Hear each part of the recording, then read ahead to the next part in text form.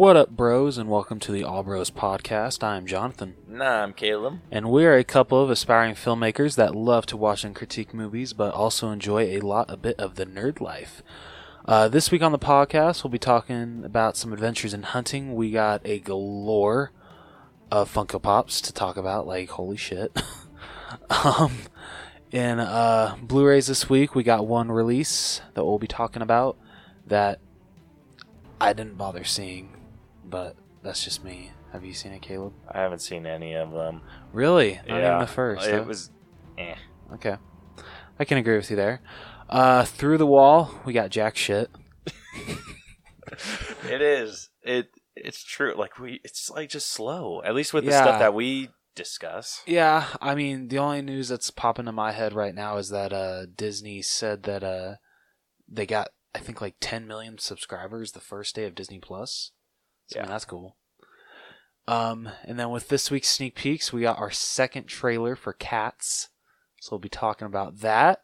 And then our main event of the evening will be our All Bros breakdown of the 2019 remake of Lady and the Tramp. Exclusive to Disney Plus. Yes. This is not a paid advertisement. Yeah, we should probably specify that, Yeah. huh? I did say that very advertising-like. Yeah, just a little bit. Just a little bit. All right, what do you say we get started? Let's do it.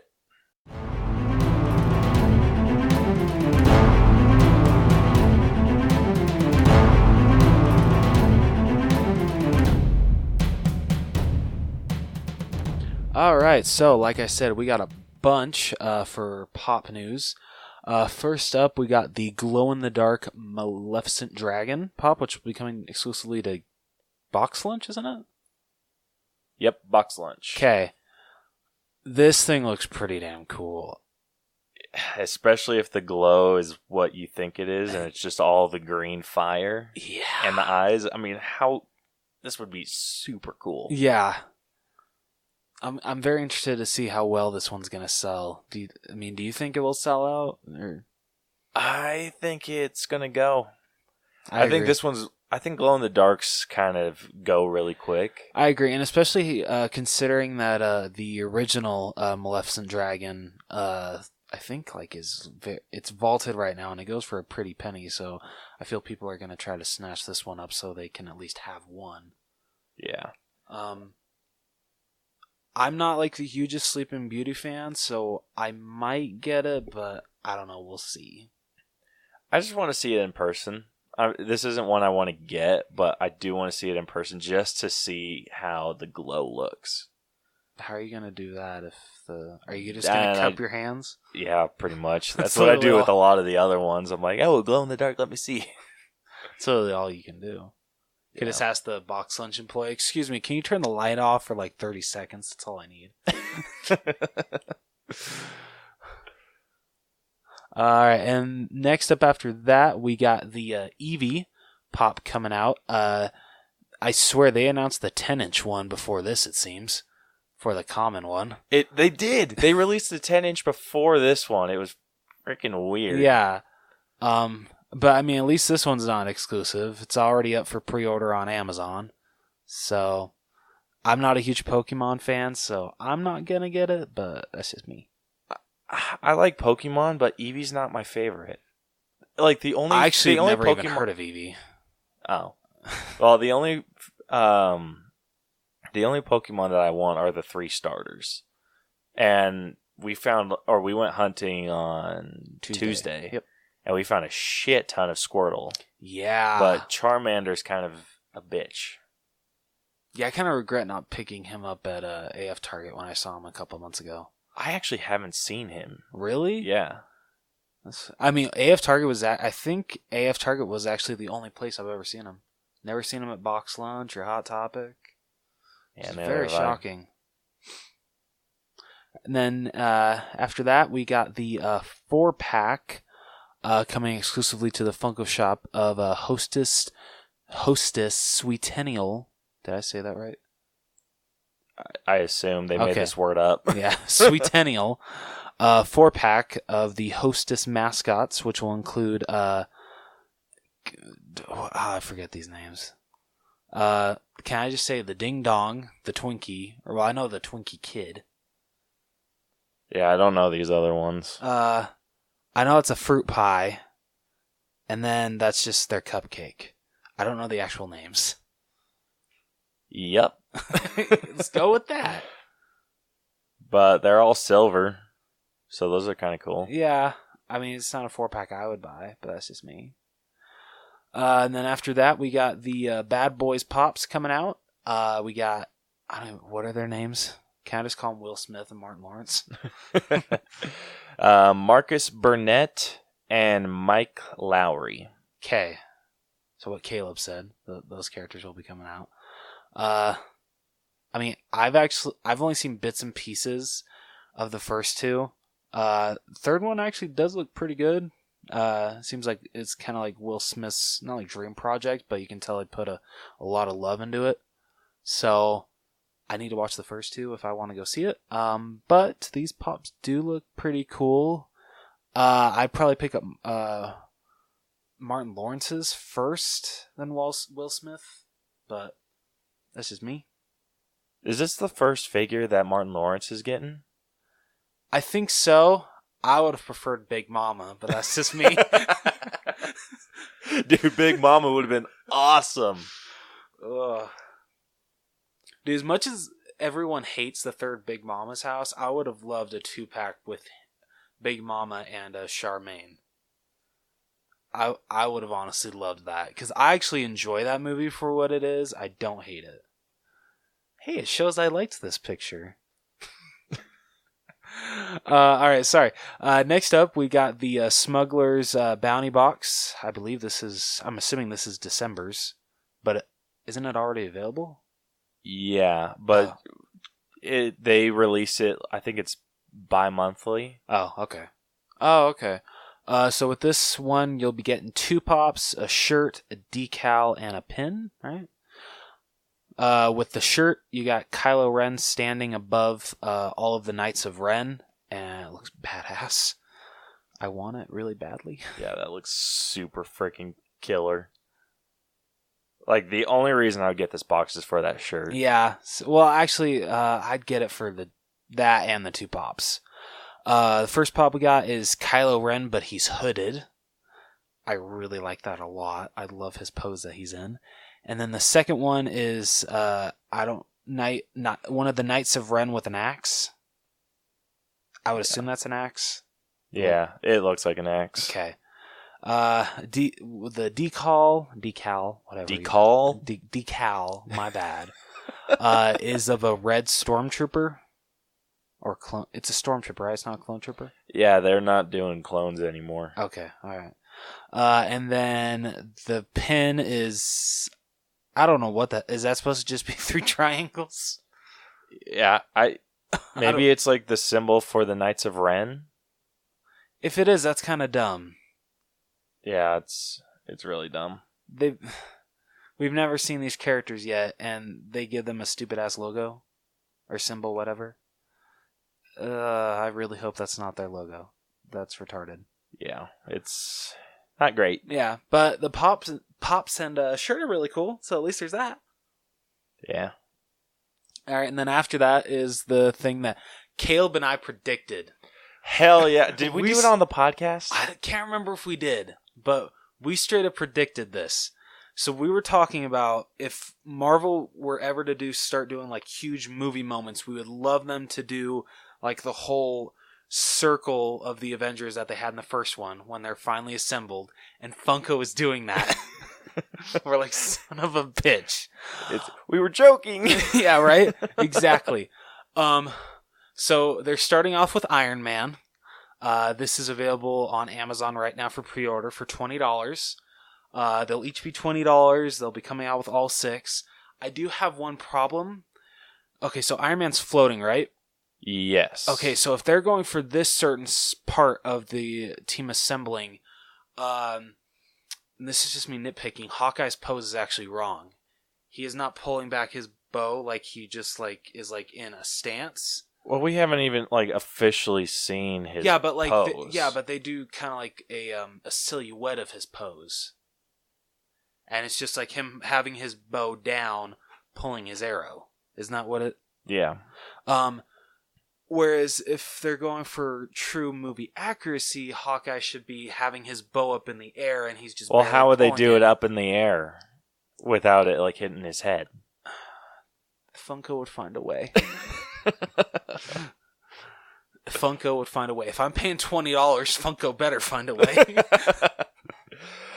I want all 6 of these so bad. Because don't they piece together? I think so. They better. They better make a full freaking circle. Dude, that would be killer. I'm an in-box collector, but these have to be out of box. You can't have these in box. That's going to look so stupid. Yeah, it totally would. The only issue would be where to freaking put it. Yeah. Especially considering you're being pushed into a corner. I know! If anything, like, if I only get Hawkeye, I'm not going to kick myself, but I need all 6. But I have to have Hawkeye. Yeah. Just like you have to have Hulk. Hell yeah. Yeah. I want Hulk and Hawkeye. That's bare minimum. Those are the ones I will spend money on. The other ones, So I will do my best to try and trade for them. See, you're going to hate me, but I would need, like, Hawkeye and Black Widow. Just because of their history. Whatever, dick.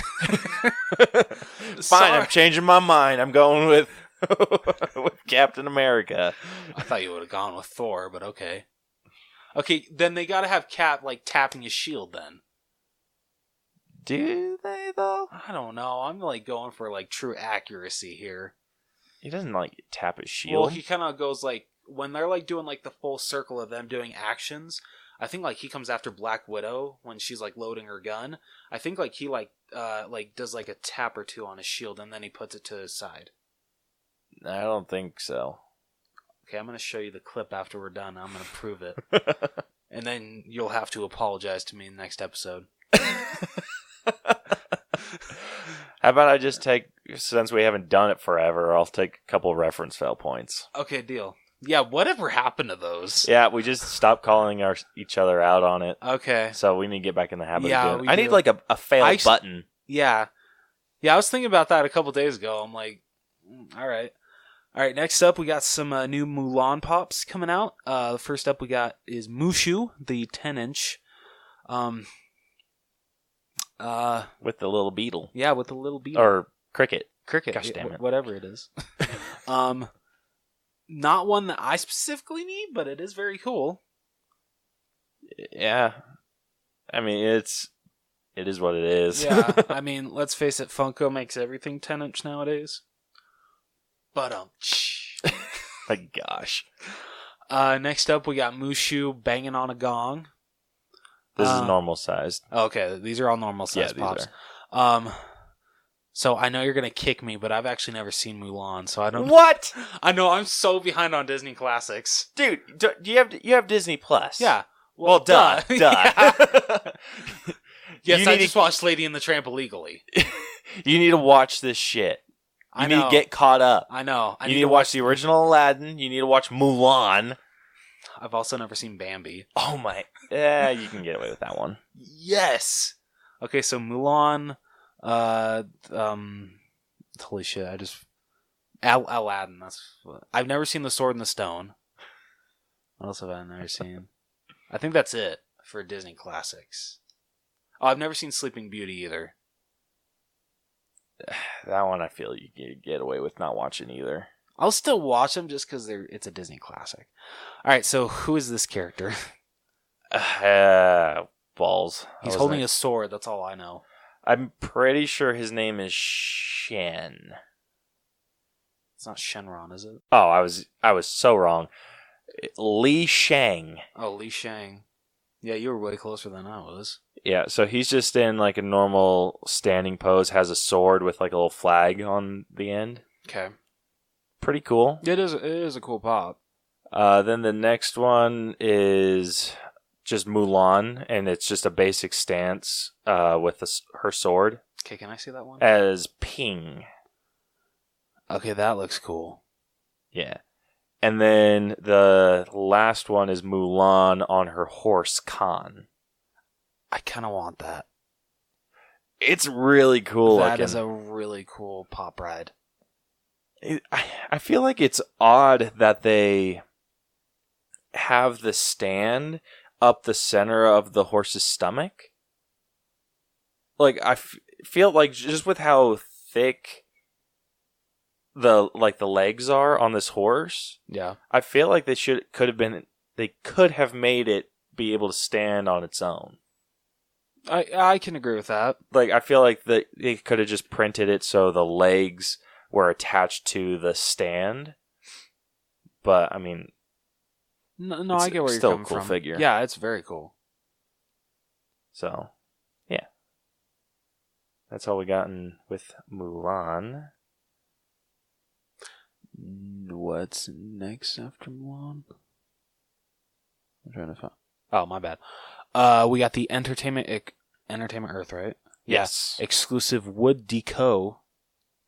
Deco or Deco, something? my bad. I think you're right. I think it is Deco.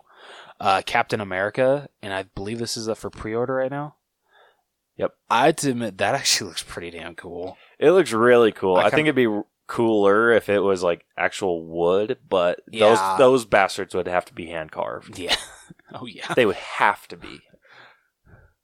But it's just like a wood decoration. Funko would make a pretty penny off that because they could definitely upsell that shit. Oh, hell yeah, they could. Like, no freaking joke. And then after that, we got the 10-inch Coca-Cola bear. Or polar bear, that's what I meant. And I think, this is actually still available on the Funko shop. So yeah, I don't think this one's going to sell out anytime soon. Yeah, so if you guys want to jump on it. After that, we got 2 Stephen King pops coming out. One where he is just holding a book? Yes. Okay. In my opinion, I kind of wish they would have done pops for old Stephen King when as kind of older, because that's just what I know Stephen King as. Not that he didn't look great when he was younger, but I just know Stephen King as an older gentleman. And then the Barnes & Noble exclusive of Stephen King is him holding one of his books and an axe, and his his forehead and up is covered in blood. Isn't he supposed to look like the dude off The Shining? I don't know, he might, but you know that Stephen King hates how they adapted that movie, right? Oh, really? Yeah. Okay, maybe never mind dude, then. He hates how they did The Shining. Yeah, he was not happy with it. But I think he actually did enjoy Doctor Sleep. Isn't that what it's called? Really? Yeah, he actually did enjoy that version. So at least there's that. All right, and then after that, we got a new Pennywise pop coming out. Shocker. Yeah, we have like a shit ton of them. From It Chapter 2, and this is kind of one that you know what? This would have been a perfect, light up figure, because it's him holding the Firefly. But it would have been so cool if you pressed a button and the Firefly lit up, and so it lit up his face. Like in the movie. That would be way cool. That would be amazing, because this is one of my favorite scenes from It Chapter 2 when he greets Vicky like that. It's an awesome scene. I still will probably get this pop just because I love that scene so much, but I think that would have been so much cooler. That'd have been way cooler. It would have been have it light up and light up his face. Yeah, we got a shit ton of freaking Pennywise figures, dude. Like, you could basically make a whole collection of just Pennywise figures. Dude, you should see. There's a guy on YouTube. I think his name is Ralph. He is addicted to Pennywise. He literally has everything, and he has a whole case full of every single variation of Pennywise they've ever done, including Tim Curry's Pennywise. It's insane. It just shows how many Pennywises they've made. It's insane. Yeah. But I mean, all of them make sense, but still. I mean, it's not like they've actually made up any. Yeah, I think that's all. Is that it for? Yeah, that is it for pops.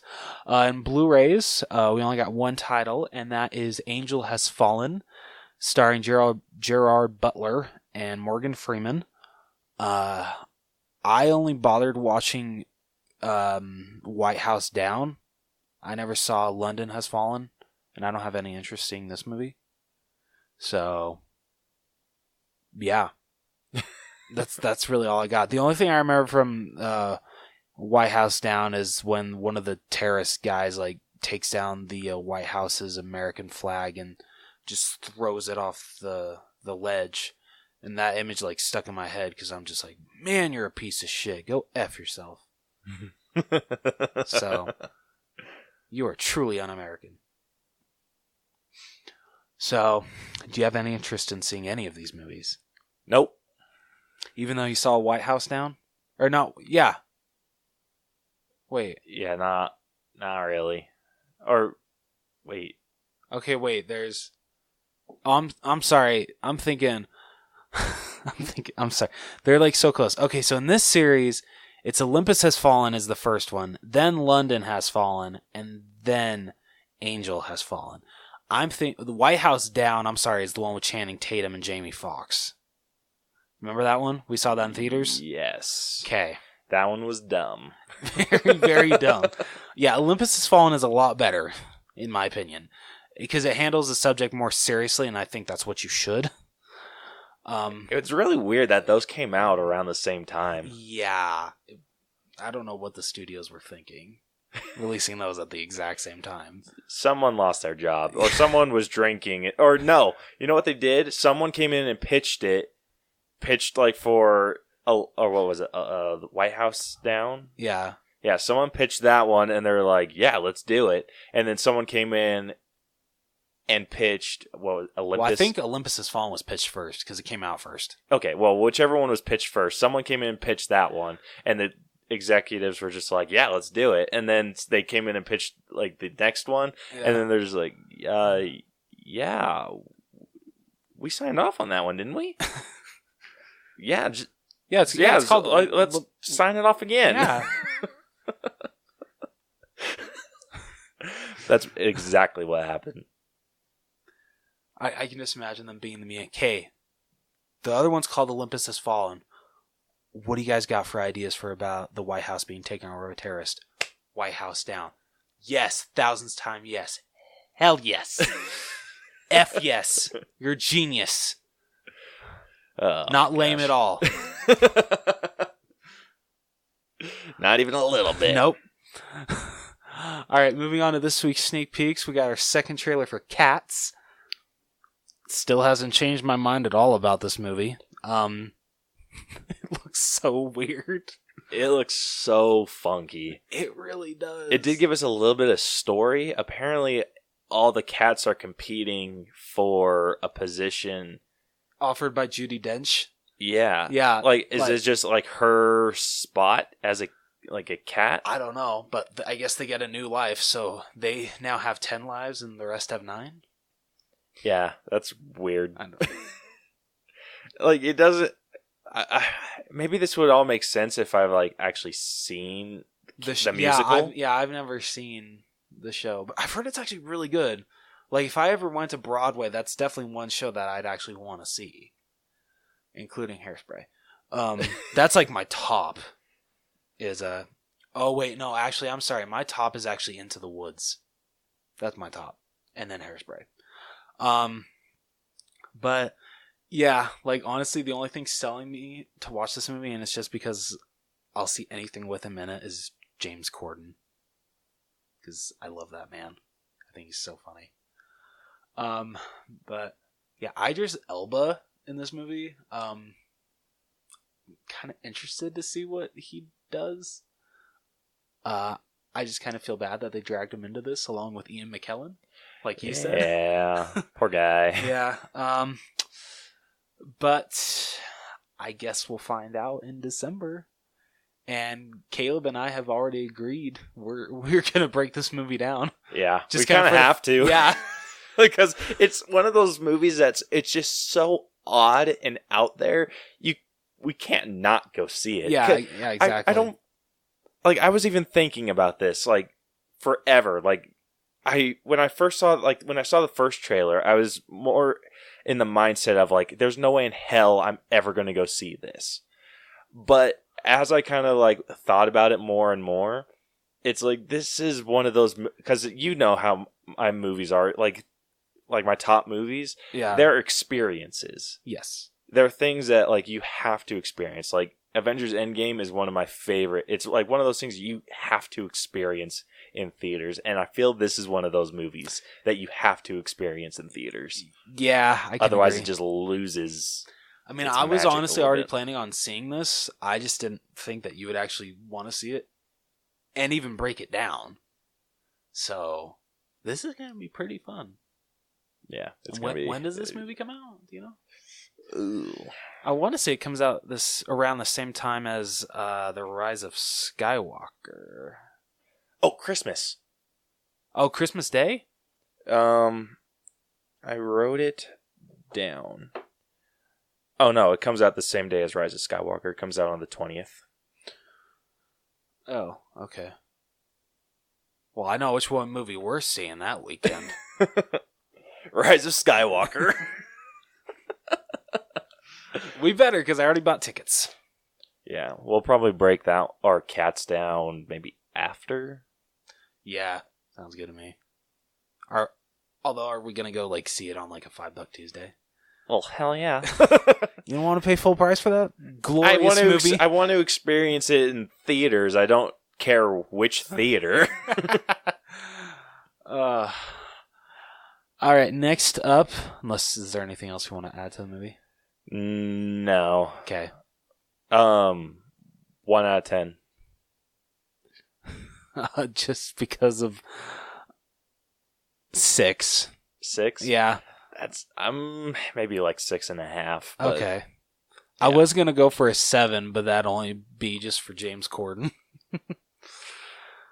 All right. Next up, we got our What's in the Box for the week. At number 1, we had Ford versus Ferrari, and that brought in $31 million, which that was above their suggested. I think that's the word. Predictions. There we go. That's the word I'm looking for. I think they were projecting a 15 to 20 million opening, but they blew it out of the water and grossed 31 million. So that's awesome. Still want to see that movie. Heard it's really good. In number 2, we got Midway, and that brought in another 8 million because that was actually released the following week. And at number 3, we got the DOA movie, Charlie's Angels. Ah, my hell. Which only grossed to $8 million. Damn! And I think it's up to like 27 right now. What was the budget on it? Yeah, let me look that up really quickly. Because many are saying it's not even going to make back its budget. Oh, shit. Oh,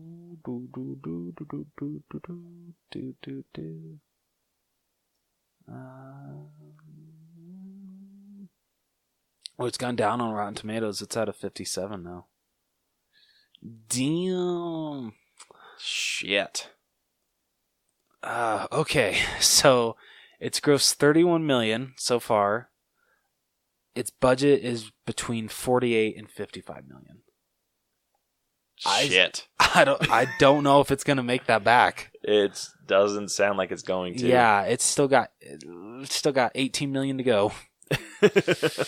Ooh, okay. Good luck. After what Elizabeth Banks said, I'm not really that mad that if this movie flops, just because I feel her comments were uncalled for. They were. She was blaming the failure of her movie on sexism. Yeah. And men being just like reinforcing stereotypes and being like, we don't go to action movies to see women do stuff. Yeah, we do. Wonder Woman. Yeah, Captain but no, Marvel. did you hear what she said about like those comments?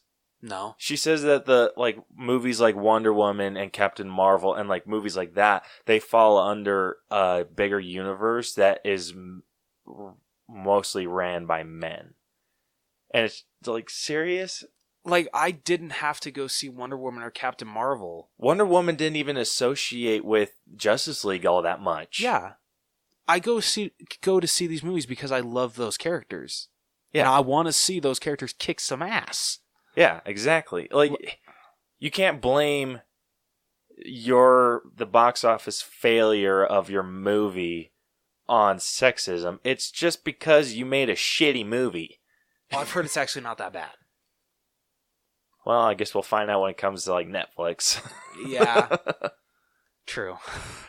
Yeah, this isn't one I plan on seeing. It looks dumb. It does. And honest, like, I'll probably catch it on streaming because I don't know. After those comments, like, I really don't want to give Elizabeth Banks any of my money. Yeah. Even if it's just $5. But like, I'm not going to see Black Widow just because it's only in the MCU. It's because I love the character of Natasha Romanoff. I love Scarlett Johansson. I love watching her kick ass.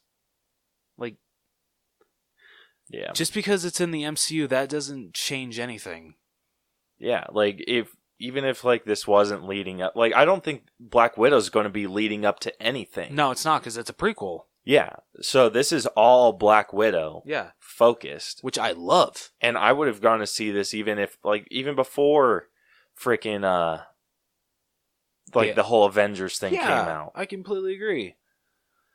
Alright, so, after that train wreck, in number 4, we got Playing with Fire, which grossed another $8 million, and that was released last week.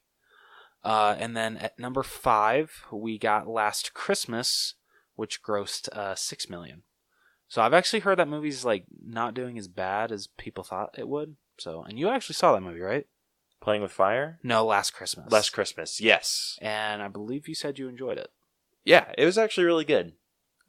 I would like the record to show that I do not condone going to see Christmas movies before Thanksgiving, but my wife wanted a date night. She is pregnant. She is very mean.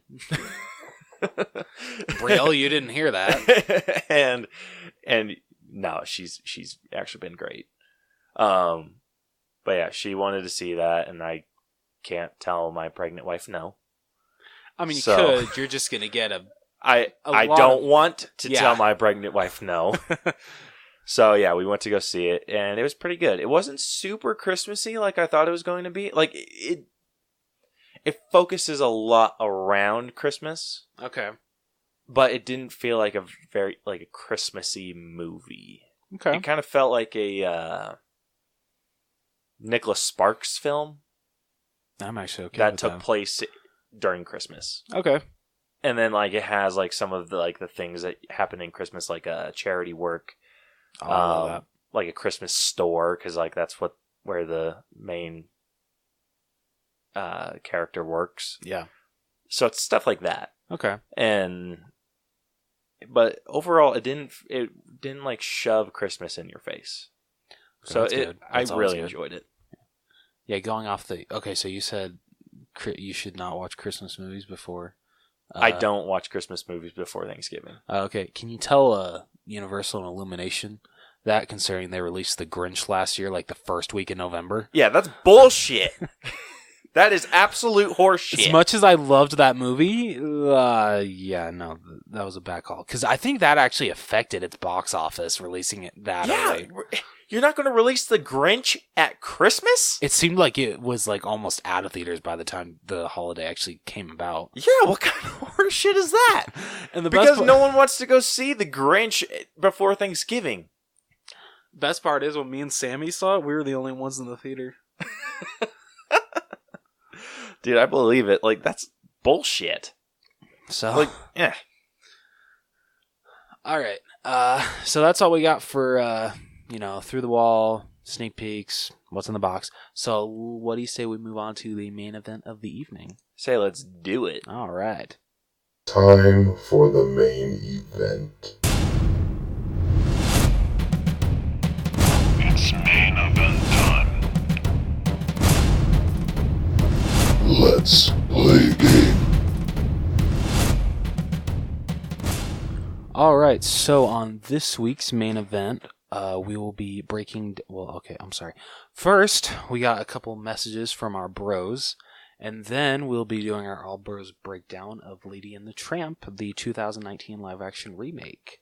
So first up, Caleb has our messages from the bros. We posted a question that's Lady and the Tramp based of if you could cast an actor to play your pet, voice your pet. Yeah, sorry, voice your pet in a movie. Who would you choose? Yeah, so I don't have a pet that lives with me, but my pet when I was living at home, like we have a dog. She's an Egyptian Pharaohhound, and her name is Charlie. And I think with her personality, like the way that she acts, because I wanted to do this with someone, and I thought Charlie would be the best. Charlie, I think, would be voiced really well by Kristen Bell if she gave the Anna type of levels of energy. I can completely agree, because growing up, I actually did spend a lot of time with Caleb's dog, so I completely agree with you on that one. Yeah. I also have like 2 other cats, or I had 2 cats. We gave them away to someone when we moved here because we're not allowed animals. I don't know what type of cat they were. Like, do you know? No. Okay. So whatever cat, one of them was. I mean, I would assume that they were just domestic short-haired. Yeah, that's what I'm thinking. At least with I think Raven. I think Atticus was too. Maybe. Yeah, so with Atticus, like if I had to cast them, because we didn't get like very many answers. No, we did not. So I'm just going to throw in my 2 bonus animals. So Atticus, he was kind of like a standoffish cat. He would only kind of come around when he wanted to be around. Very cuddly, but just kind of like standoffish. And I thought that a really good voice, which is one that you were actually considering for your cat, Miles Teller. Yeah, that's an excellent choice for Atticus. I totally see that. Yeah, and then my other cat, Raven. I couldn't decide on her. You need someone that's like very energetic, like always wants to be around humans. No, I thought she was. She was with Brielle, kind of like that lovey-dovey, but whenever it was like around me, she would just kind of like get away. Well, because she probably gets the sense that you hate cats. And she would be 100% correct about that. I was actually thinking Aubrey Plaza. Yes. Yes. 1,000 times yes. Yeah, so that was just kind of her personality. So for my cat, I have a tabby cat. His name is Alexander. Love him to death. If I could choose, just because like he's so energetic, he loves being around humans, I would actually choose Steve Zahn. Even though he's already played a cat in Stuart Little, I just think he'd be perfect for him, especially when like he's like when he's like talking to Snowbell and he's like, "Oh, come on, please, please, please." That's straight up Alexander, because he will not leave you alone unless you give him a treat. Like literally, the drawer where his treats are, even if like you're opening it for something else or he just hears like a little squeak from it, he will come running. It doesn't matter if he's taking a nap or what. It's like, no, you already got fed, you little pooper. But anyway, so that'd be my choice. But I have a question for you, Sugar. Your Chihuahua, Betty White. Dude, you're killing it with choices here. So Sugar is. So when I was living with my parents, we ended up giving her to my grandma, which is funny because we got it from my other grandma on my dad's side. So we got Sugar from my dad's mom, and then we had her for a while, and then we gave her to my mom's mom. and she is like 16 years old and is still active as hell, and she's just funny. Yeah, Like, she's just a funny dog. It's just Betty Dude, White is perfect yes. for her. And like, Sugar's honestly the nicest Chihuahua I have ever met. Like, seriously, I freaking love that dog. So yeah, Betty White is an excellent choice for her. Yeah, she's not like the typical Chihuahua that will like yip all the time. Yeah. Otherwise, I'd probably choose someone else if she was yippy, but she's not. No. She's just like a funny dog. Yeah, you just really... don't expect her to be. Mm-mm. So like I said, she's like 16, but you can still get her like riled up where she's just like moving her whole body and like just will run around in circles and shit. So cute. Like she's losing her sight a little bit, which is a bummer. But yeah, poor little girl. Yeah, but Betty White is my pick for Sugar. Excellent choice. Excellent choice. Okay, so we got a couple of responses on that question, kinda. So the first one is actually from my mom, who made a comment about me posting about Charlie. She just says, "That's my girl." And I can't disagree with that, but she's my dog.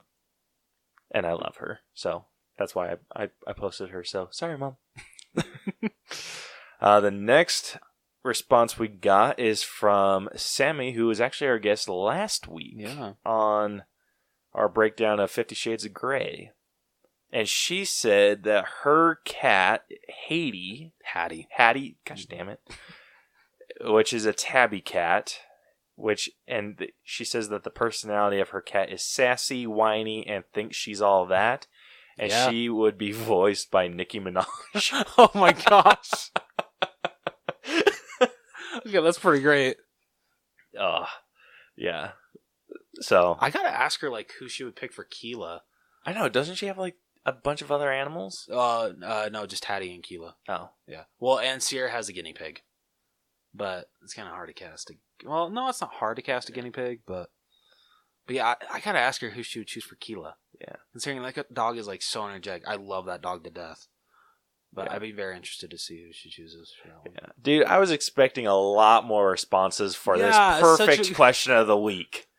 Because I know to show how much you love your pets. Yeah, I know. And so on our Instagram, we're followed by a lot of other podcasts. Yeah. And I know for a fact that a lot of them have freaking animals because they post about them all the time. Dude, and I'm especially pissed off at Victor because I know he has a freaking amazing dog, and he could have answered this. Do the beef skanks have any pets? Do you know? I think they have a dog. Or one of them has a dog. Come on. Come on. Well, I hear noises in the back, and I think it's a dog. Oh, okay, yeah. Yeah. They posted recently about it. So I can call them out. Yeah, I guess you can. We love you too, but come on. Give us something. Yeah, so I guess we're calling people out. Yeah, I guess so. I only call them out just because they've been on our podcast and we've been on theirs, and they're awesome. So the people that I love that we've talked a lot with, I'll call them out. But it's out of love. I don't actually mean it. Yeah, fair enough. All right, well, let's get into our breakdown. Let's do it. Okay, so for those of you that are new to our breakdown system, we split a movie into 8 different categories, and we split it into story, writing, acting, character development, effects, music, costumes, and then give it an overall genre grade, which is more like a personal score. Yes. Than really anything. And we decided that this is kind of a family romance movie. Yeah, in a way. I mean, they definitely still kept that romance feel of it, which I appreciated. Yeah, for sure. I mean, they better have.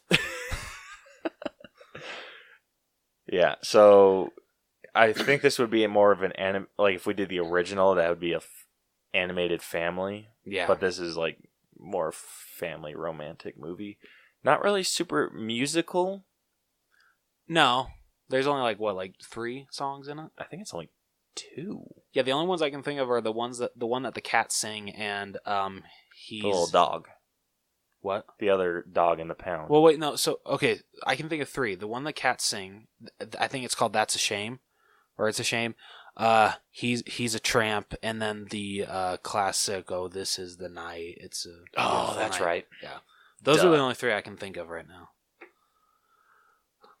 But yeah, so let's get started off with story. So Rose is going to read us off a little synopsis of the story, and if you have not seen The Lady and the Tramp 2019 on Disney Plus, spoiler alert.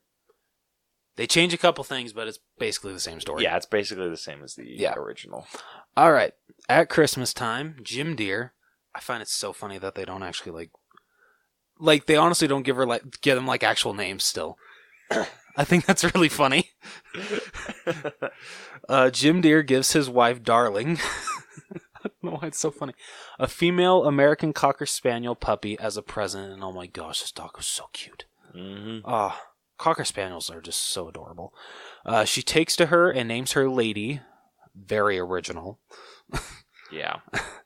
Where she essentially becomes the center of their world. Lady grows and becomes friends with her neighbor dogs, the elder bloodhound Trusty and the feisty Scottish Terrier Jacques. Okay, in your opinion, because I was mad at this at first, but as the movie went on, I'm like, okay, I'm okay with this because I like what they did with the character. Were you mad that they changed the gender of Jacques? Not really. Actually, me and Brielle liked it better. Maybe it's just because I watched the original back to back with this one. So it kind of annoyed me at first. I'm like, really? Did you really have to change genders? But as the movie went on, with her owner, and how she'd dress her up in these ridiculous outfits, and she actually enjoyed it. She's like, oh, hope I break a leg or break a show. I'm like, okay, I like this change actually. So I was okay with it as the movie went on, but at first glance, I didn't love it.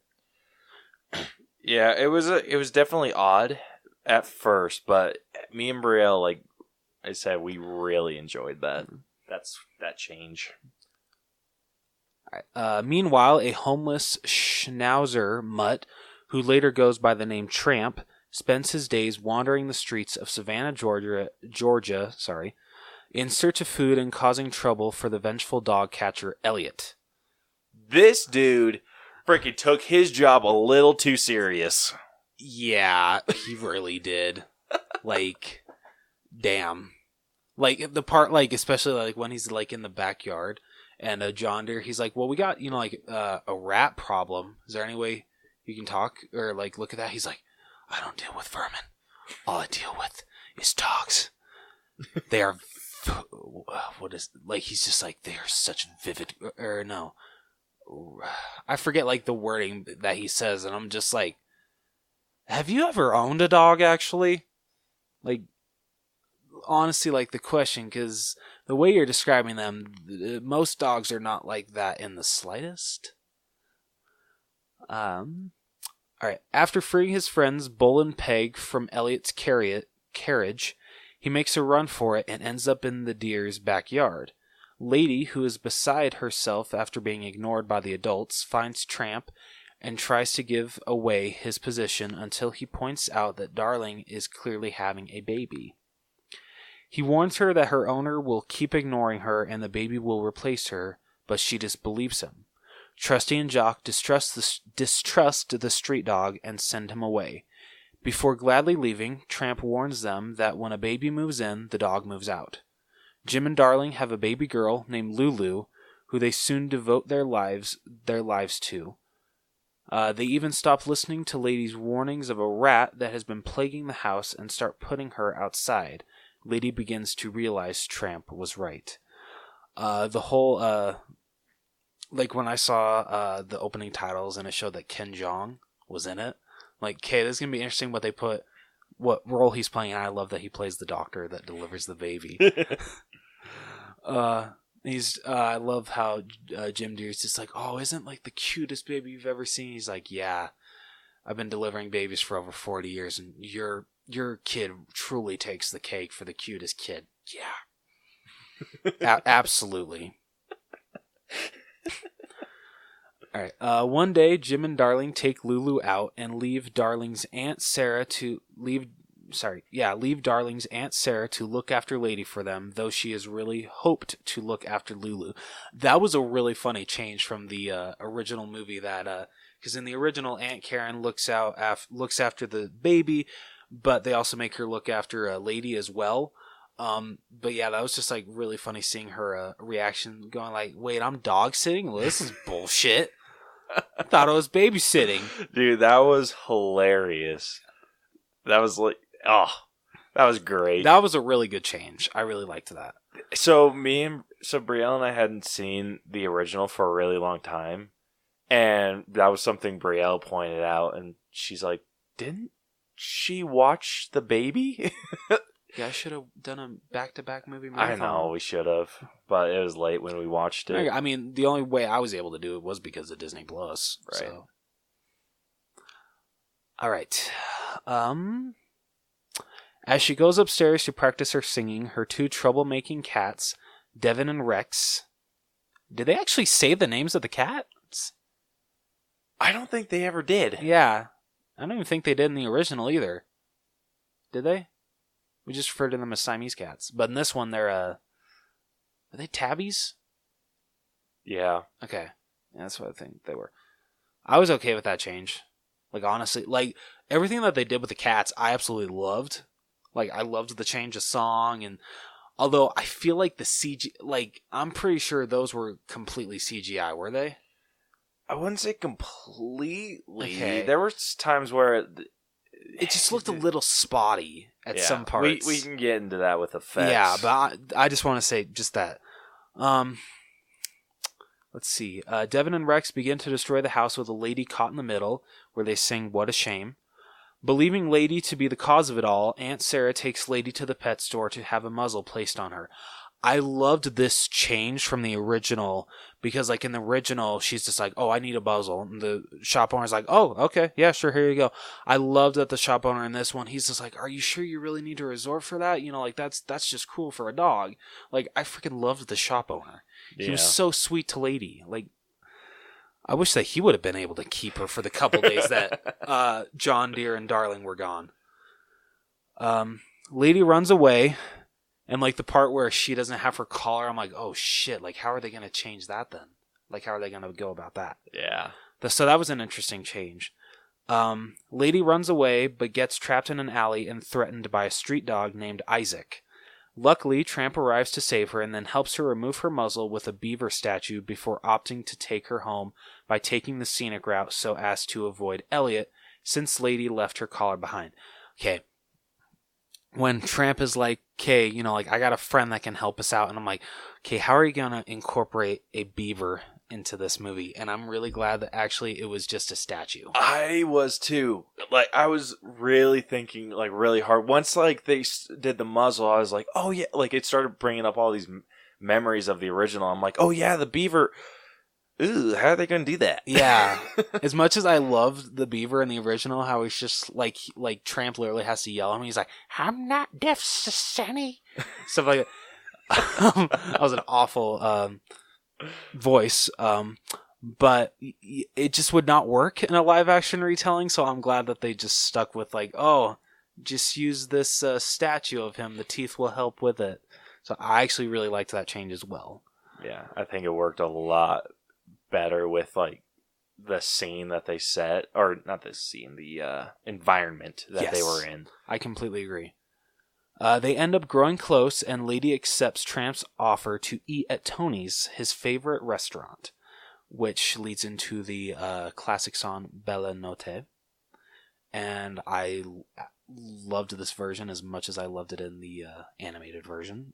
Truly fantastic, and still very, very romantic. I loved it. Afterwards, Tramp shows Lady the views of the town and reveals that he too had owners, but they abandoned him once they had a baby. Okay, This is also another change that I love. They actually show the Tramp's backstory. Yeah. I actually started crying. Really? Yeah. The part where they just leave him in the street, just the fact that he throws a ball and gets into his car as fast as he can and leaves and just leaves him as a street dog. That is just so effed up. Yeah, I started shedding some tears. Dude, that was really messed up. Going back to the dinner scene really quick, the issue that we've had with a lot of the remakes is that some of the scenes, like the main scenes, like the whole new world, or in Cinderella when she's like changing into her gown, or just stuff like that, doesn't have the same effect that it does. I felt they pulled this scene off amazingly well. Yes, they did. I have the same feeling watching this version that I did the original. Yeah, they captured the exact same magic. Just perfectly. Mm-hmm. Yeah, I completely agree. Yeah, but his story freaking messed up. Dude, after I watched it, I was like, no! Right? So depressing. They get found by Elliot. Shouldn't that say they are found? Not they get found? Yeah. Alright, spelling error on Wikipedia. They are found by Elliot and are chased to the train station where Tramp sleeps. Though Tramp tells Lady to run, she returns to help him and gets captured instead. Tramp hesitates before escaping. Lady meets with Peg, Bull, and the other Pound Dogs, who all talk about Tramp and his exploits, which leads into the song He's a Tramp. The next morning, Jim and Darling pick up Lady and kick Aunt Sarah and her cats out, presumably forever for the way she mistreated Lady. Lady begins to bond with Lulu. Yeah, I also love that. Yes, that was fantastic. Like in this movie, they actually realize how much of a bitch Aunt Karen is to Lady. I loved that. Dude, John was just livid about that. Not livid. Just ecstatic about being able to do that. He's just like, yes! All right, so, and there was one part that, what was it? Okay, so kind of really quickly, just going back to the beginning. Okay, so you remember in the animated one, when Lady first comes and sees the baby, they actually let her look into the carriage. I was kind of surprised in this one, they actually are no, get out of here. This is the baby's room. At the beginning. That kind of threw me off. I'm like, okay. I think that's just a case of first-time parents. Okay. And I feel like that's something that because I can get in that mindset now. Yeah, that's true. I get that. Yeah, it was just weird that it was completely different in the animated one. All right. Sometime later, Tramp discovers that Peg and Bull have both been adopted, causing him to further regret leaving Lady behind. He goes to her house to apologize, and while she I cannot speak English on these episodes, I swear. Wow. Okay. While she appreciates it and still loves him, she does not want to leave her family again. They say their farewells, and Tramp leaves just as a thunderstorm begins. Excuse me, I'm sorry. Acid reflux or something? I think so, I'm good. Okay. However, the rat returns and sneaks into Lulu's room. Lady is put away just as Elliot arrives to interview Jim and Darling and tell them about Tramp. Yeah, I love how it was funny, just barges in and she's like, yeah, sure, come right on in. How about some tea? Dude, I would have called the police. Yeah, right? I've been like, you can get the hell out of my house. I don't give a shit if you think that there's a dangerous dog in my house. Yeah. So Lady is put away just as Elliot arrives to interview Jim and Darling and tell them about Tramp. She manages to call Tramp, who sneaks into the house and kills the vicious rat, getting injured in the process, but accidentally knocks over Lulu's crib. He is caught by Jim, Darling, and Elliot, who assume he was attacking Lulu. Just as Elliot takes Tramp away to be euthanized. Okay, really quickly. Euthanized. Yeah, sorry, euthanized. I'm sorry. Going back to the original, I did not expect Disney to touch upon this. like when they're in the pound and you see them leading one of the dogs away that says, like one way, do not enter, and like the dogs say, oh, that's the one way door. Mm-hmm. Like even in this one, I was just like, damn, I did not expect Disney to touch upon this. Isn't that the door that he took Lady out of, though? No, It was a different door? Yeah, no, it was a different door. But yeah, like it was a shock, like because I watched the original before this one, and it was my first time watching the original. I've never seen it before, so the fact that they touch upon that, I'm like, holy shit, Disney, you really touch upon some dark shit. Mm-hmm. Damn. Okay. Just as Elliot takes Tramp away to be euthanized, right? Euthanized. I'm sorry. Euthanized. I keep wanting to do that E, but it's silent. Yep. Sorry. So, to be euthanized, Lady uncovers the rat and proceeds to chase down the carriage with Trusty and Jock's help. The dogs catch up to the carriage and scare the horses, causing the carriage to collapse. Lady finds Tramp seemingly dead from the crash and begins to cry, but he eventually wakes and they reunite. Can you imagine if they made the change in this one where they actually kill off Tramp? Dude, that'd be awful. The deers arrive, having realized that Tramp was protecting Lulu, and decide to adopt him, saving him from Elliot. That was very sweet. I really liked that. Even though that's exactly what happened in the original, but I still liked how they did it in this one. Yeah. By next Christmas, Tramp has been fully accepted into the Deer household and given his own collar, while Jock's owner has adopted 2 young puppies named Dodge and Ollie, who Trusty and Jock take to like an uncle and aunt. Lady and Tramp happily spend the holidays with their perfect family, never to be parted again. So, in your opinion, in the original, Lady and Tramp, have children at the end, but in this one, well, and after this, oh my gosh, what's the other 2 dogs' names? Trusty and Jock. In the original, they come over and, Trusty, tells his whole story to the kids. They call him Uncle Trusty.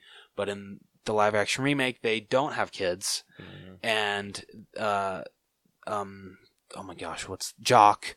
The 2 puppies that her owner adopts, they call him, Uncle Trusty, and, he tells them their story. How did you feel about that change that they did not have puppies in this one? Because I actually was okay with it. The only reason I was pissed off, and it's not even a big gripe. It's not a legitimate gripe. My gripe was I wanted to see more puppies. That's fair. Okay, I can understand that. But that change I liked. Yeah, I did too.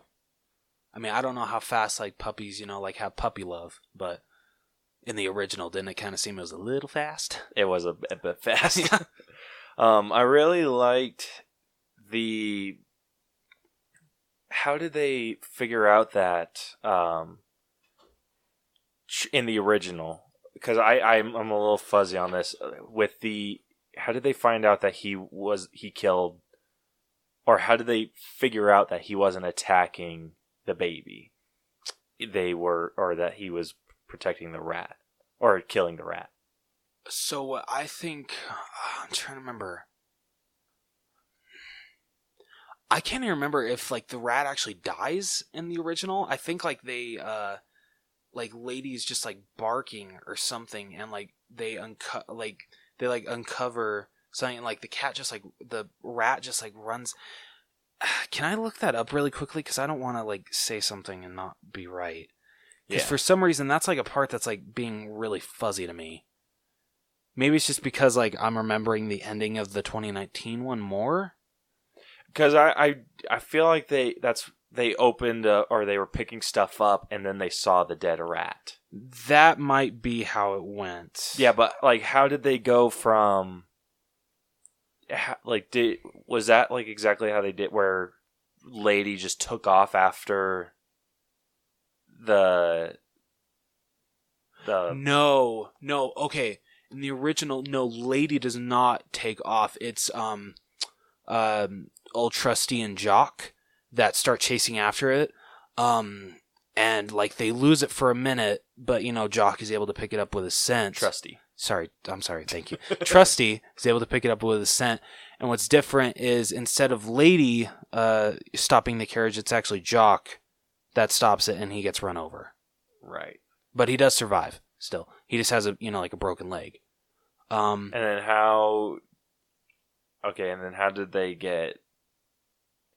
How did Tramp, like, the carriage tipped over still? And yes.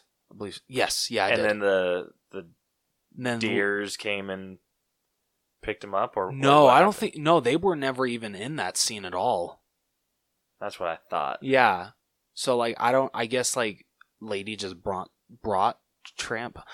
Damn, I'm, like, forgetting this movie already. Yeah. But anyway, I really liked... Because that's something that I didn't remember. I just remembered the rat, and then I really liked how they did the whole rescuing Tramp thing, where the deers drove after Lady, and they were kind of having that internal conversation between the two of them. Yeah. Where they're like, did we actually even see him attack the baby? And he's just like, well, yeah. And then he's like, did we?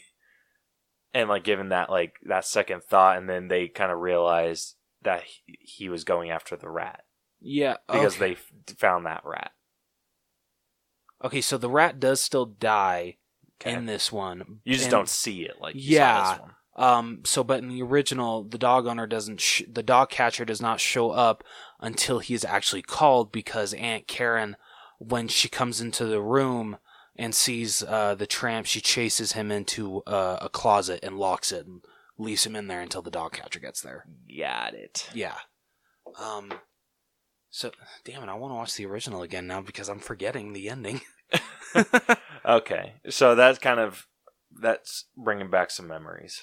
I like the change. It was... I do too. A lot easier to follow, I think. Like, I think I'm going to be remembering this ending a lot better than I'm going to be remembering the original. I mean, I feel you should watch the original again just to like truly see, but yeah. I can see where I'm going to watch the original again soon. Yeah. I think like what I like the most about this ending is, Aunt Karen is like nowhere to be found. Yeah. So that's what like kind of raises the ending up for me a little bit, because she's such a bitch. Even though, like I told Caleb when I saw that Helen from Drake and Josh was playing Aunt Karen, I'm just like, this remake just got 1,000 times better. Yeah. So, story. How do you think it worked? Pretty solid. I mean, they stayed pretty close to the original. They only changed a couple of things, and I think the stuff that they changed actually enhanced the story. I 100% agree. I think I actually told you this. I liked what they did with this. I felt like they kept very true to the source material, but changed things just enough so it didn't feel like you were watching the same movie. Yes, I completely agree. Like with Lion King, you basically went there and watched Lion King in 3D. Yeah. In this, it felt like it could have been a different movie. Mm-hmm. Even but they kept in the big points. Like they kept in the spaghetti scene. They were able to... I feel there would have been an uproar if you didn't put that in Yeah, there. absolutely. You kept Jacques and Trusty. You kept all these different aspects, but made your own movie, and then put all the magic into the one scene everyone kind of remembers. Yeah. And I loved that. I did too. Absolutely loved that. Because I was afraid that this movie was going to feel like how Lion King did. I thought it was just going to feel like, oh, it's just Lady and the Tramp in 3D. But yeah, no, it didn't. Yeah, and I think like felt different. It felt like its own thing. What I think also helps this movie is, and this is kind of like touching upon effects, but it still helped the story, is that, with The Lion King, it was all CG. Like, of course, those were like never like actual like lions. But in this movie, like these are like those dogs were actually on set. Like all they did was just do the CGI on their mouth. So I think that actually also enhanced the movie as well. I agree. I 100% agree. Okay, so what are you thinking with the grade on story? Like an 85? I'd actually go high. I'd give like the original an 85. I think I'd give this one... Whoa, you're going higher for the remake. I am going higher for the remake. I think everything that they changed enhanced the original story. Okay, I can agree. And kind of made it better.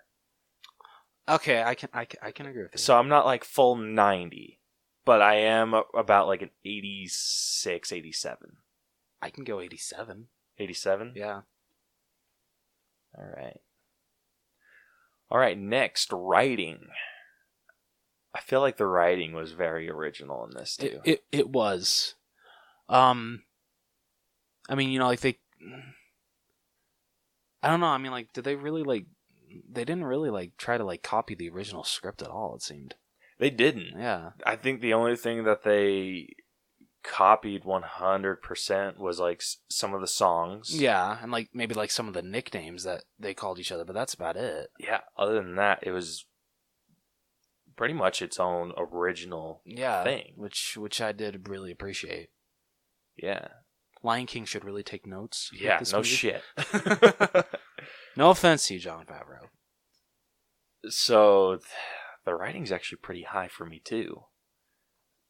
I'm at an. I don't know if I want to go full 90. I definitely wouldn't go full 90. But I'm thinking probably around the same score as the plot or the story, whatever. Yeah. I'm at maybe an 86. I can do 86. Okay. I think that's fair. All right, next up we got acting. So I think we should grade, obviously, the Tramp. And Lady. And Elliot? Oh my gosh, I totally forgot. The dog catcher? Because he was in it a pretty fair amount. That's true. Okay. I can agree with you there.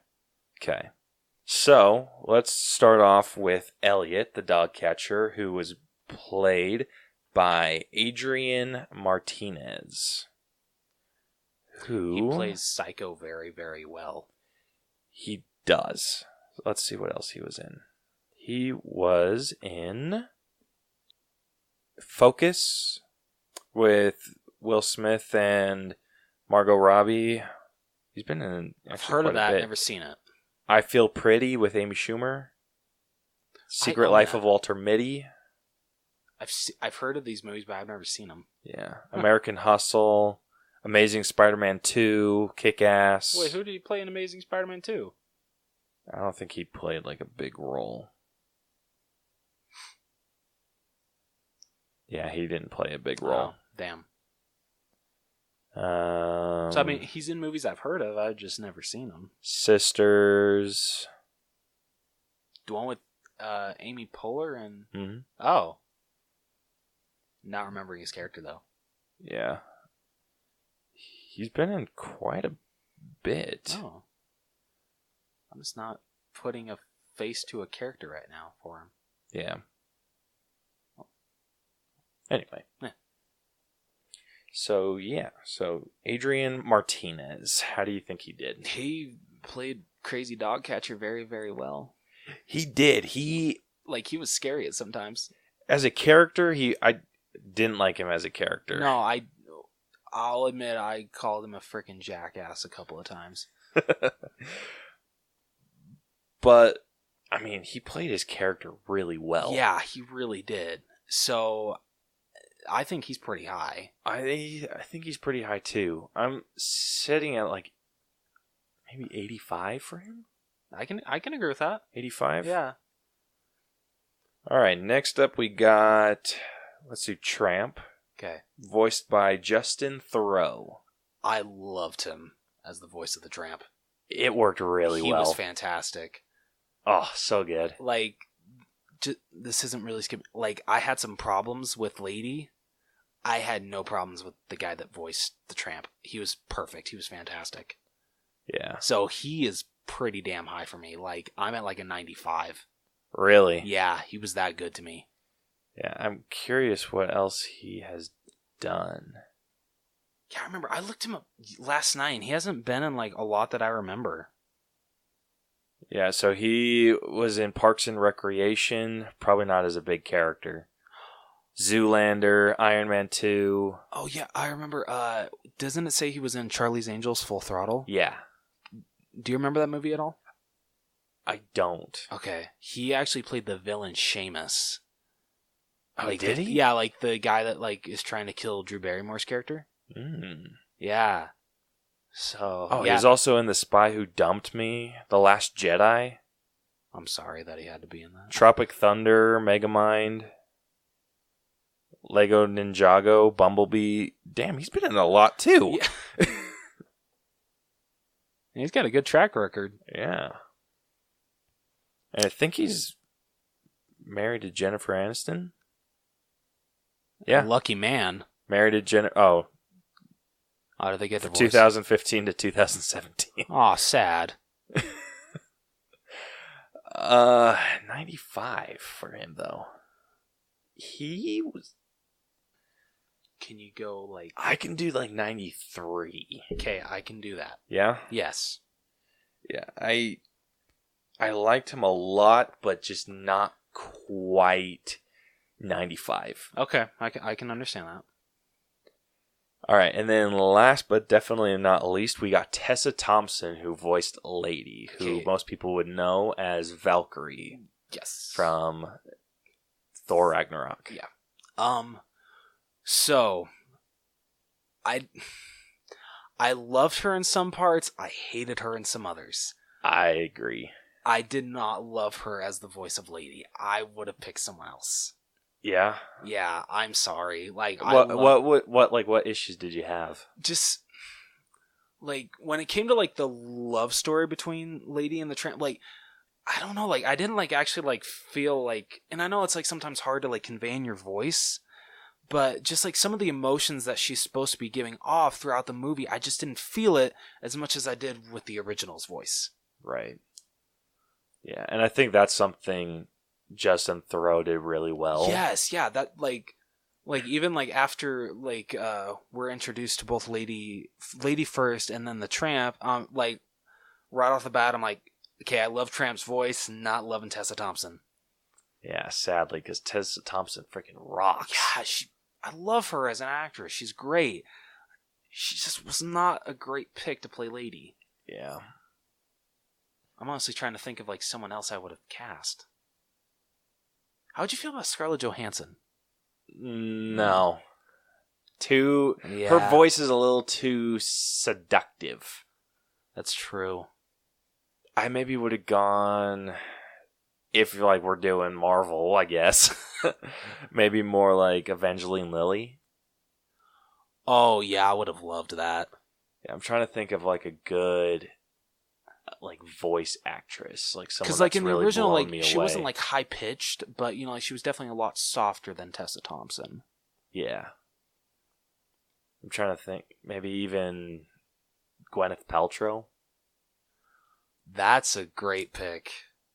Yeah. Okay, I would. And this is just if I'm sticking in Marvel. Like I could probably come up with someone better, but that gives me. I need time. No, those, especially Gwyneth Paltrow. I would. Damn it, and Evangeline. I would have loved either of those to play the voice of Lady. Yeah, but yes, Tessa Thompson just fell a little short.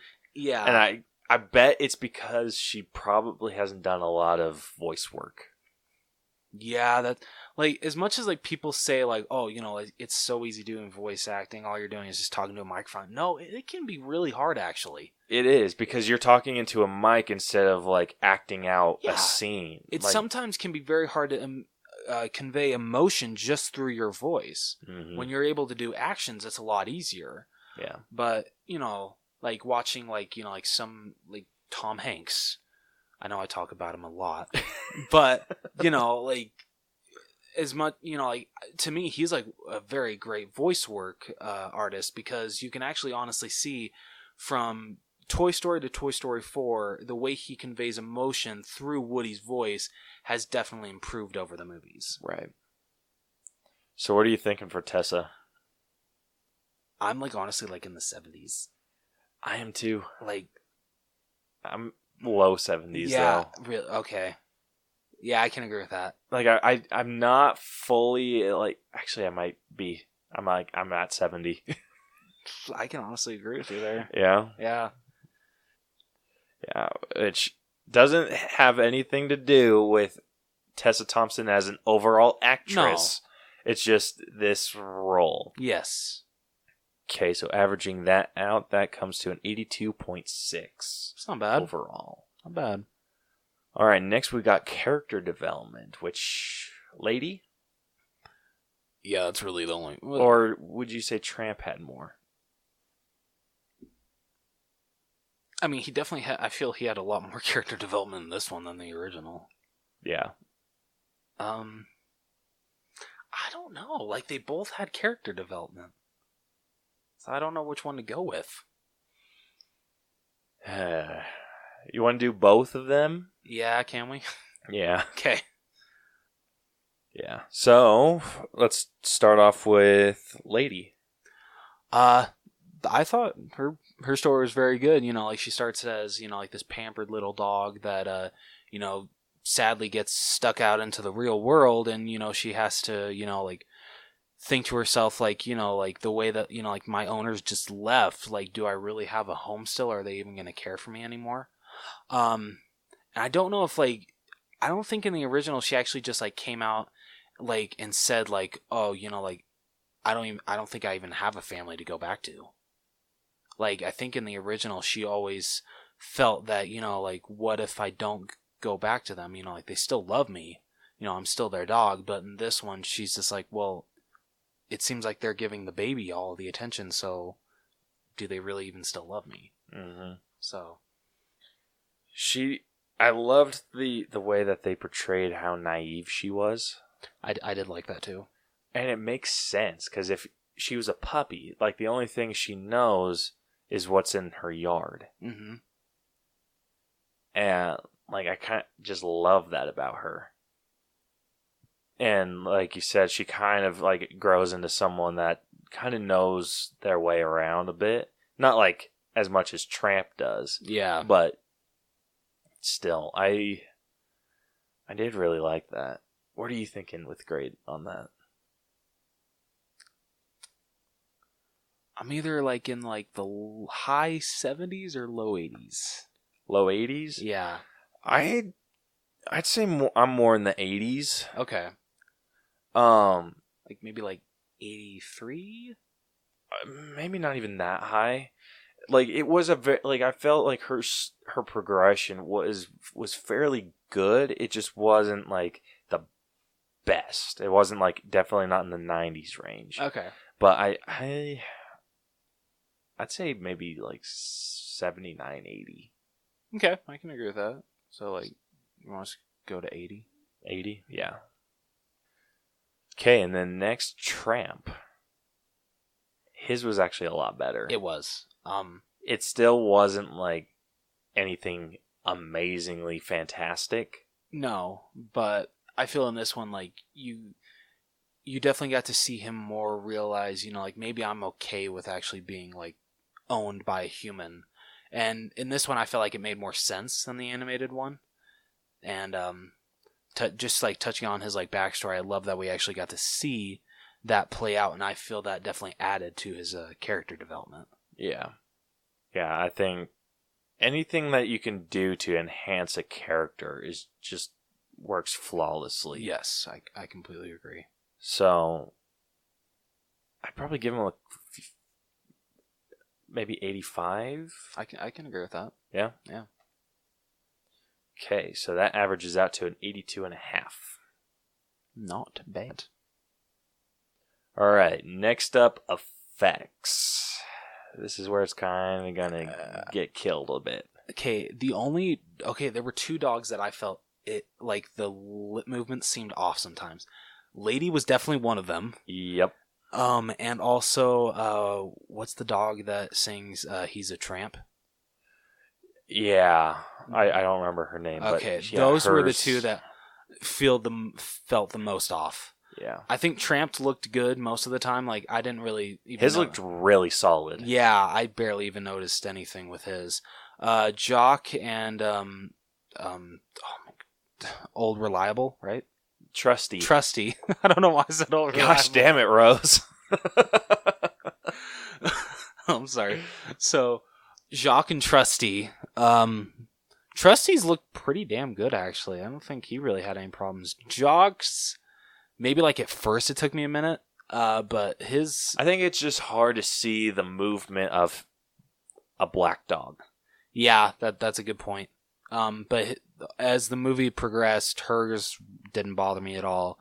Yeah, it's really just ladies and whatever. The other one. Yeah, because even the Bulldogs one, that looked good as well. Mm-hmm. So, did you see who voiced the bulldog? yeah, Benedict Wong. Yeah, like that's so awesome.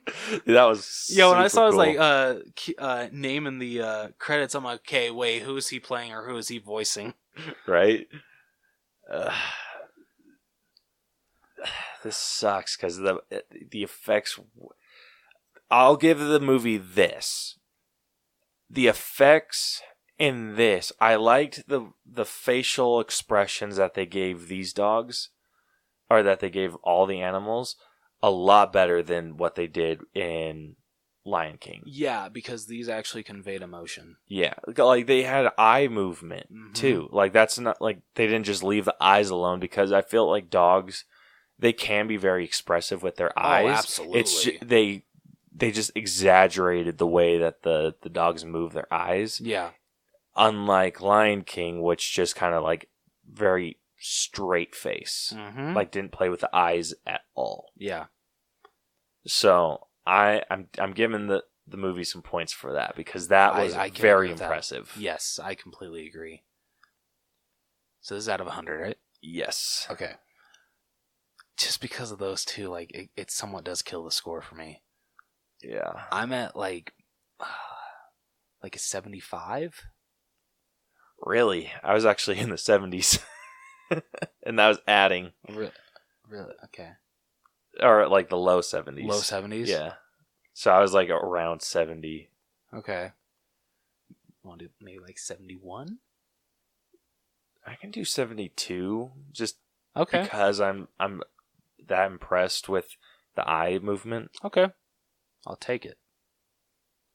All right, next up we got music.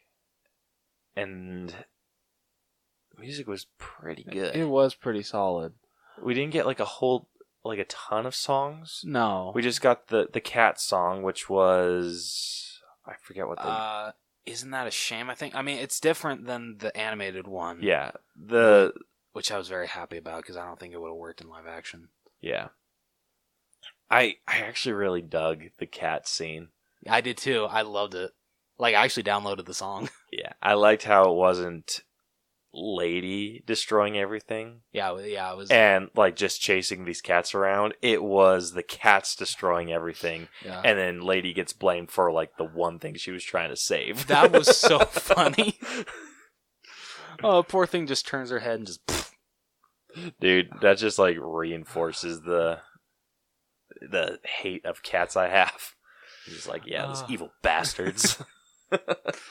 Hey, cat's gotta do what a cat's gotta do, man.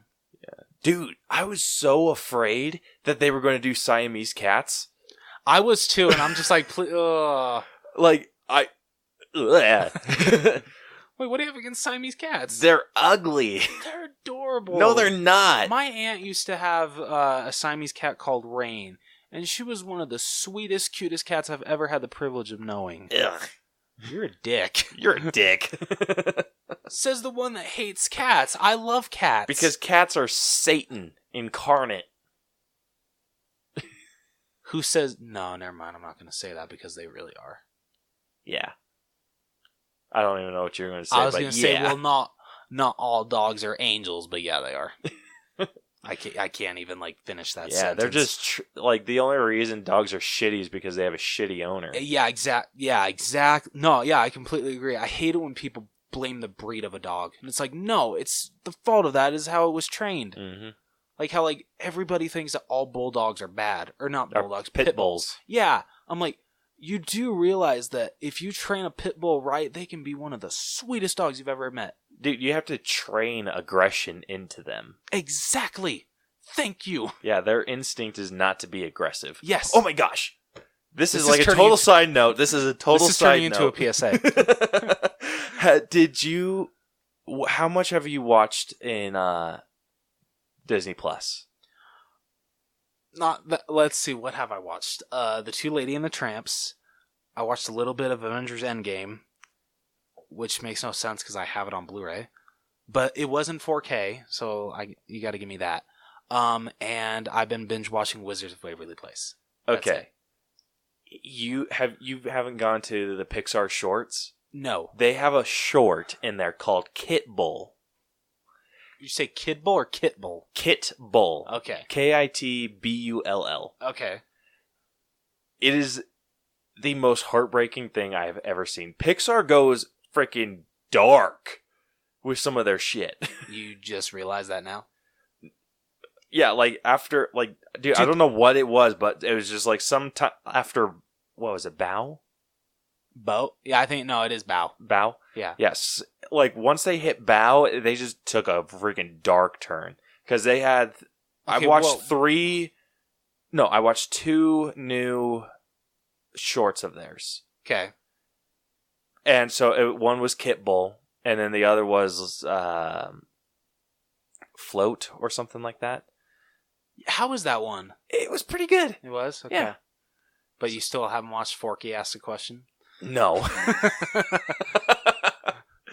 Okay, speaking of Pixar Dark, what about Up? They kill off his wife in the first 10 minutes. Okay, that's a movie. I'm talking shorts. Oh, okay. Their shorts are usually like uppity, like lighthearted. Okay. This one wasn't.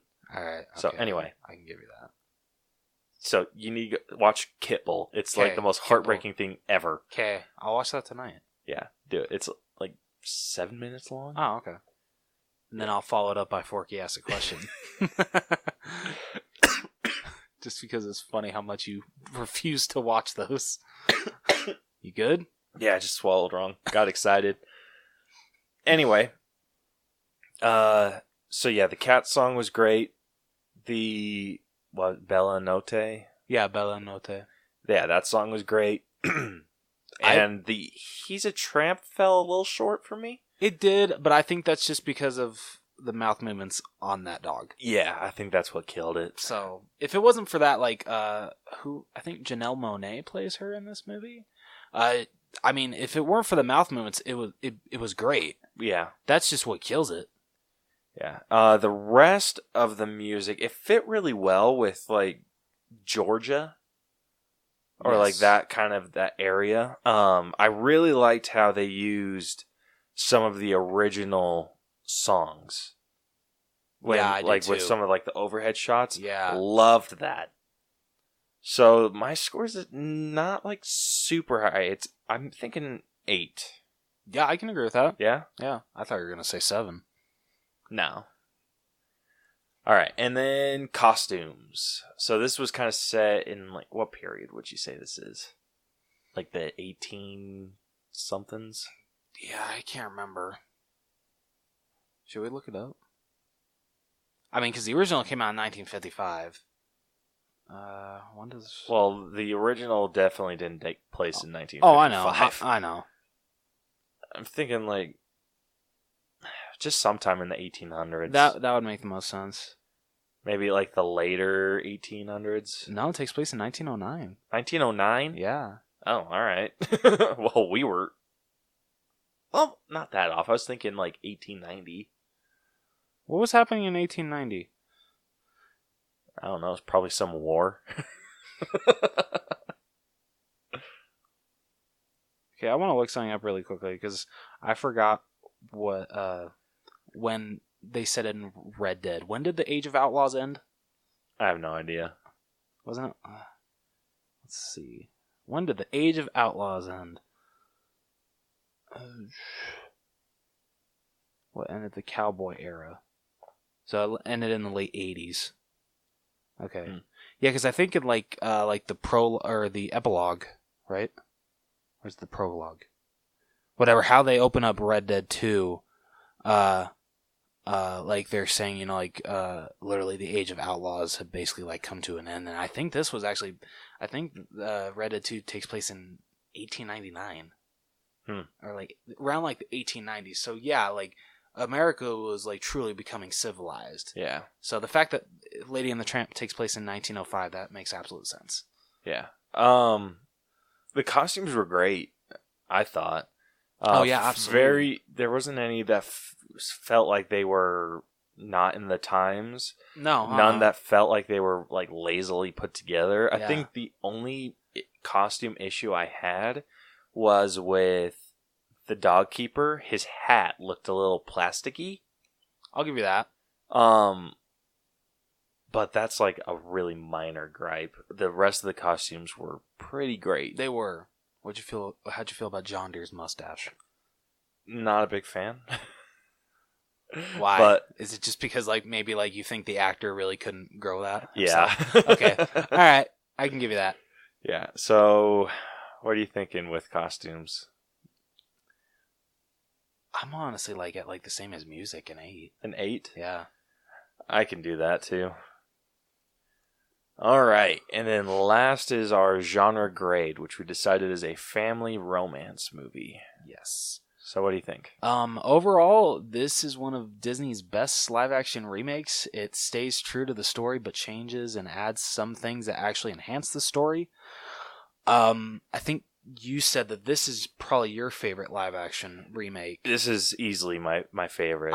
Just because I can appreciate how well Jungle Book adapted the source material. I think a lot of the changes that they made kind of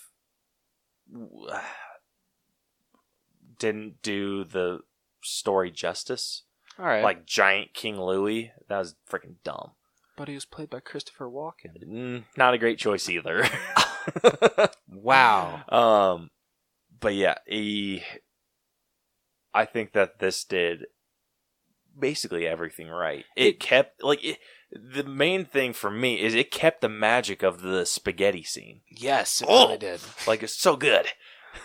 I love this live action remake. It's my second favorite. Jungle Book is still my favorite. I love what Jon Favreau added to that story. But yeah, like seriously, this is like top. Like this is the best remake Disney's done since the Jungle Book. Like keep it up, Disney. But maybe put them all on Disney Plus. Yeah, that honestly might be your best call. Yeah, definitely. Well, what's coming after Mulan? Have they announced any other live-action remakes after that? No. Okay, so maybe after that, move them all to Disney Plus if they decide to do any others. Yeah. I think that'd be the best call. Yeah, it's, they're... I mean, and, like, you could still tell that this movie could be released in theaters, but I feel just because, not everyone is like, oh my goodness, Lady and the Tramp, that's like my absolute favorite Disney movie. I mean, some people are, but not everyone is. So I can understand why they decided to put it on Disney Plus, because I would be kind of a little scared of how this movie would perform in theaters. I think this was a safe call. Yes, I completely agree. One that I actually think would be really cool for them to do, just because of how well this turned out, Fox and the Hound. Oh, I'd love a live-action Fox and the Hound. Right? Yeah. That would be...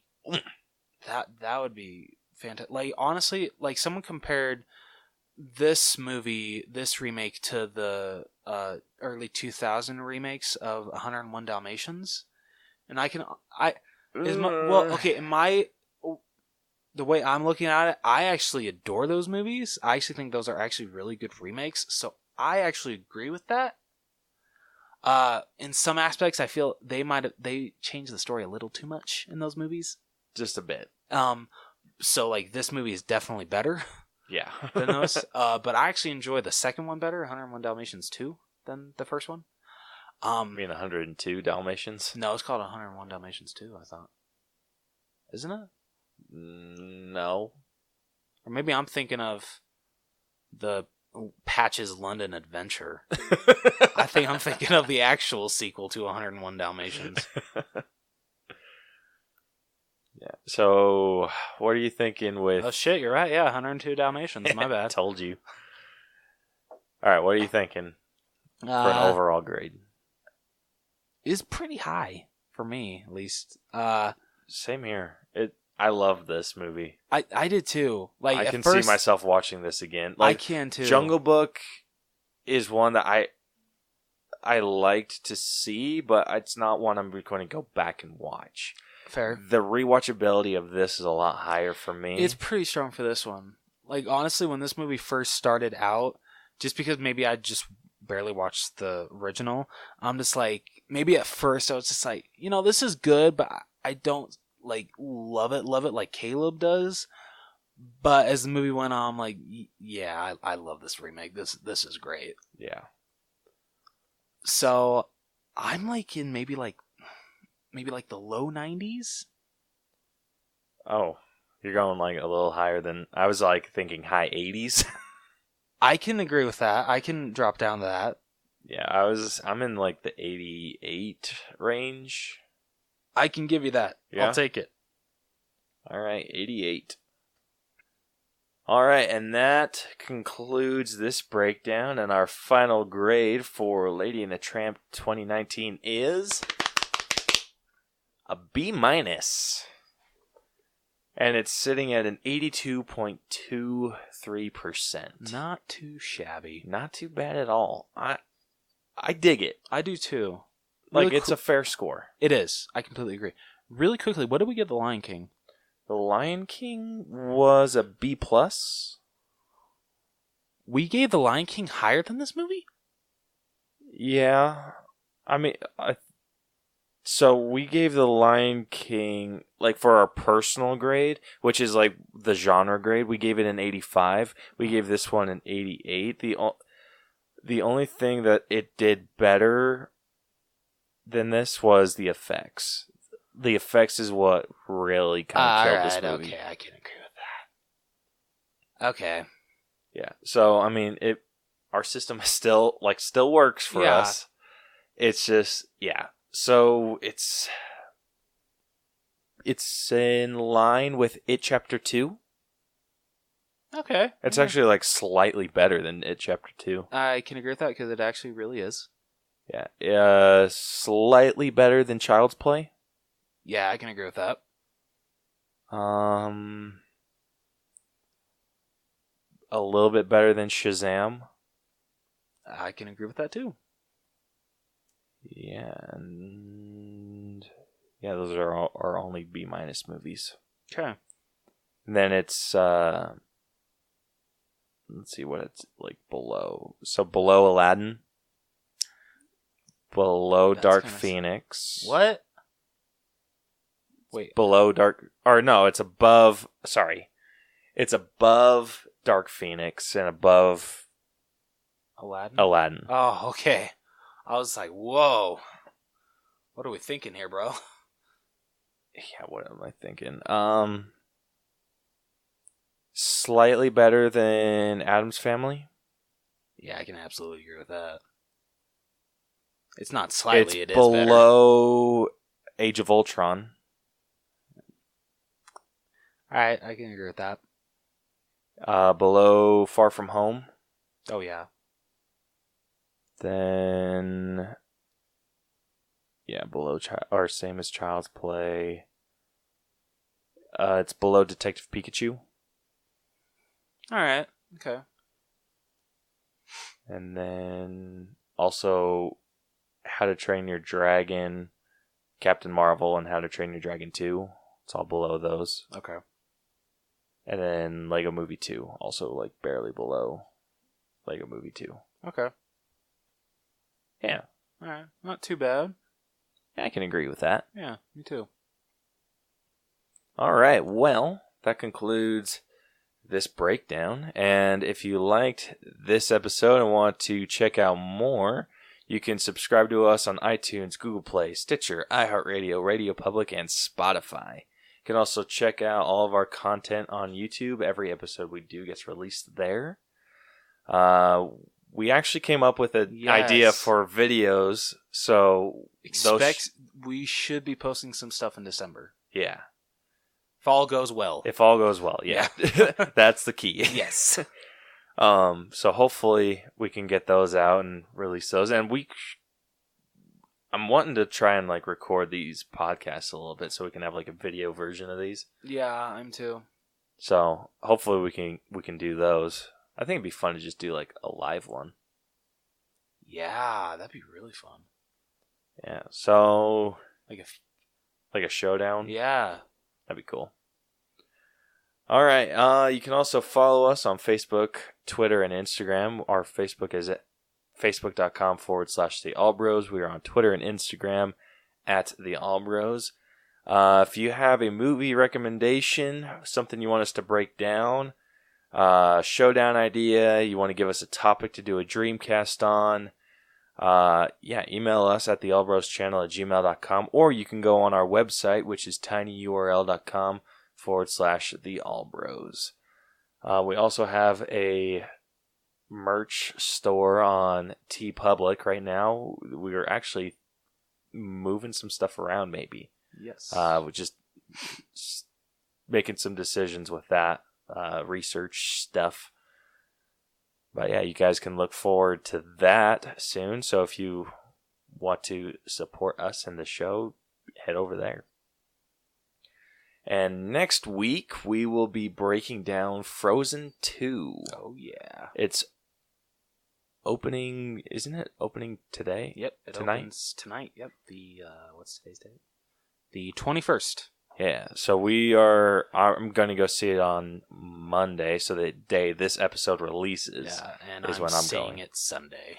Yeah. So yeah, if you go check out that movie this weekend and tune in next week to hear that. Yeah. And until then, this has been the Allbros Podcast. The podcast. The podcast. The Allbros Podcast. I'm Caleb. And I'm Jonathan. And we'll catch you guys next week. Deuces. So long. Getting real crackly with I know. Herbert. Maybe I'm finally hitting puberty, so like my voice is finally getting lower, so I can't really do it anymore. I don't know how to feel about that, though.